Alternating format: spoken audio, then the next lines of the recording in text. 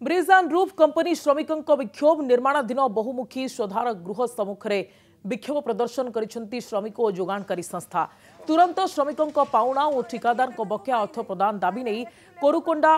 IIC building सम्मुखें नाराबाजी करिसेंती। अर्थ न मिलिले आगो को अहोरात्र आंदोलन नहीं चेतावनी देइछंती। मालकानगिरी जिला कोरुकोंडा ठारे ब्रिज एंड रूफ कंपनी द्वारा बहुमुखी स्वधार गृह निर्माण काम हाथ को निया बेले 8 वर्ष धरी यार निर्माण काम शेष होना।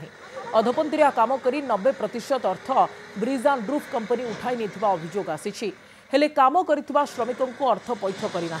एपरिक छोटमोट जोगाणकारी संस्था बा छोट छोट ठिकादार को काम बाबद को पैसा मिल नथिबा अभियोग आछि। तेणु बकेया अर्थ प्रदान दाबी रे श्रमिक माने विक्षोभ प्रदर्शन करुछंती। ब्रिज एंड रूफ कंपनी को नहीं विवाद थमिबार ना धरू ना। मालकानगिरी कोरकुंडा ठारे एक बहुमुखी स्वधार गृह निर्माण काम हाथ को नहीं थिला ब्रिज एंड रूफ कंपनी। तेबे जहाँ अभियोग होइछि प्राय 90% अर्थ उठाई नहीं कंपनी। तेबे काम आपन देखि पारथबे अधपंतरे अवस्था रे पड़ी रहिछि एवं श्रमिकों अर्थ मध्य पैठ करि नाही। असंत आलोचना करबा अमिता पूर्वरु मध्य आपन अभियोग करथिले प्राय 65 लाख टंका आपनकर पाई नांती। वर्तमान कोन सब स्थिति वर्तमान आपन देखुचंती जहाँ आपन जिंस कोन सब जोगैथिले वर्तमान स्थिति कोन सर यही जो देखुं ये जहाँ जी स्ट्रक्चर है सब मु कर मोर लेबर मिस्त्री माने मत एपर्यंत पैसा देना कि कहीं आसी ना किसी कथबार्ता कि हेबाई इवेन सर ये एमती राजनीति चलती सर मो स्लाब 1.5 वर्ष है पड़ी करी आज को 1.5 वर्ष है खोली भी देते मो सामान भी मिलूना कि ना मोर पैसा भी नहीं सर 1.5 वर्ष है सर 1.5 वर्ष गत सप्ताह मुझे आसिक देखला बेलू सर मोर सामान खोलिकी देखो सर से आउे नुआ स्लाब माने स्लाब रेडी होची। देखो वर्तमान खबर जो प्रसारण है आम देखु वर्तमान काम एक प्रकार त्वरान्वित होची। आपण आलोचना करथिले ब्रिज एंड रूफ कंपनी रो कर्तृपक्ष कोन सब प्रतिश्रुति सर से जे सर एबे ब्रिज एंड ग्रुप रे जे चंचल मुखर्जी थिले तांकर कोनोसी माने कारण बसतुर से माने तांको से कोन हेतिला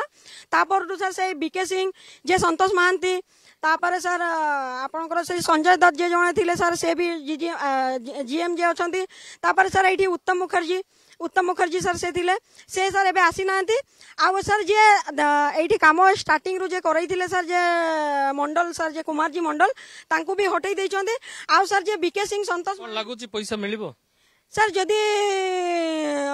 मु जदी ठीक रास्ता रे थी मु पैसा तो सर मत देवा को पड़ो सर ये जो स्ट्रक्चर देखुं ये तो कौटी पलैब ना सर तो तेणु सर मु कष्ट कर